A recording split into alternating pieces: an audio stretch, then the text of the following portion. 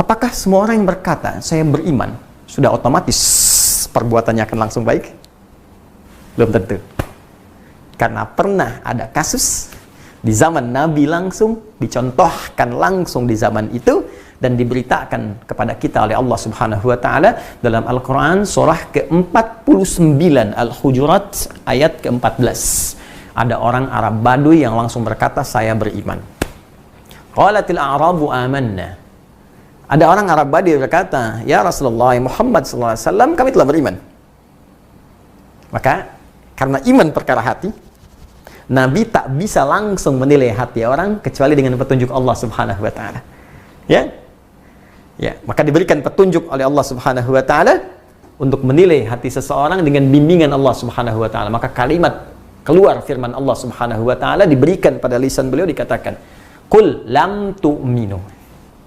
Katakan Muhammad sallallahu alaihi wasallam, kalian belum serius imannya. Tuh, belum sampai ke jiwa. Belum serius. Ya. Qul lam tu'minu. Walakin qulu aslamna wa lamma yadkhulul imanu fi qulubikum. Tapi katakan, kamu baru masuk Islam. Ya, kalimatnya baru di lisan. Asyhadu an la ilaha illallah, asyhadu anna Muhammadar Rasulullah. Ya, baru di lisan. Cuma belum sampai ke jiwa. Kalau Anda ingin melatih, kemudian bertanya pada Allah, ya Allah saya ingin bertanya, bagaimana melatihnya? Karena bahaya kalau iman cuma di lisan, ini baru di lisan, apalagi yang di lisan gak diucapkan, cuma di KTP dituliskan. Maka KTP-nya yang beriman tuh. Orangnya bisa tidak. Ya. Ini Anda bayangkan, diucapkan saja, nggak nyampe ke hati, bermasalah. Apalagi cuma dituliskan di KTP, di identitas, diucapkan nggak pernah. Itu yang paling bahaya. Jadi kalau iman itu betul-betul telah tersambung di hati kita. Misal kita ucapkan, asyhadu an la ilaha illallah, itu kalimat iman. Wa asyhadu anna Muhammadar Rasulullah, diucapkan di lisan.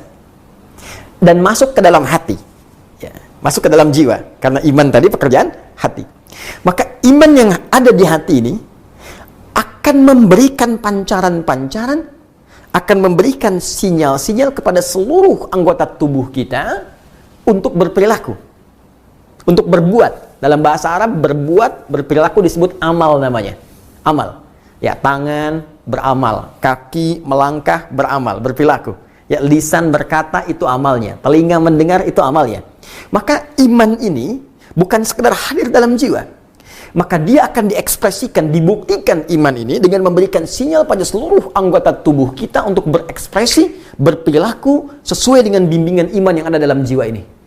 Karena itulah banyak ulama mengartikan ketika seorang sudah beriman, iqrarum bil lisan, ya, dia mengucapkan komitmen, ya, mengucapkan, menetapkan dengan lisannya, wa tasdiqum bil qalbi, dia benarkan, yakinkan dengan jiwanya, wal amalu bil jawarih.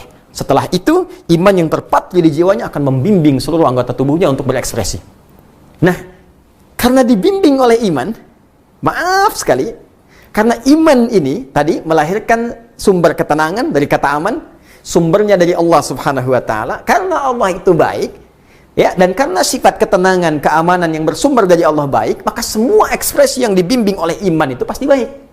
Dalam bahasa Arab, setiap kebaikan yang dibimbing oleh nilai-nilai yang baik, maka disebut dengan soleh namanya. Pekerjaannya amal, ya, perbuatan baik yang disebut soleh. Kalau kita satukan jadi amal soleh. Karena itu, semua orang beriman dalam setiap waktunya, apakah tidurnya, makannya, kerjanya, masaknya, nontonnya, semua yang dia kerjakan pasti soleh, pasti baik. Ya, waktu yang dia gunakan pasti soleh. Waktu yang digunakan untuk beraktivitas disebut asr namanya. Turun Quran surah 103, Al-Asr. Allah berfirman, wal asr, demi waktu yang aku berikan pada setiap manusia untuk beraktivitas. Innal insana lafi khusr. Setiap manusia banyak yang rugi karena memanfaatkan waktu, karena menggunakan waktu, memanfaatkan waktu untuk perbuatan yang tidak penting. Ya, ada orang yang bisa terlepas dari salah menjadi saleh. Siapa dia? Illalladzina amanu wa amilu sholihat. Coba lihat.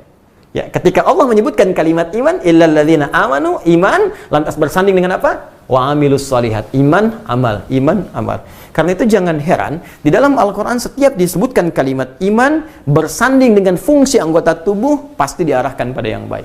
Jadi kalau orang sekedar mengucapkan saja, tidak dibenamkan pada jiwanya, terpatri di sanubarinya, maka iman itu tak akan membimbing dia menjadi pribadi yang baik.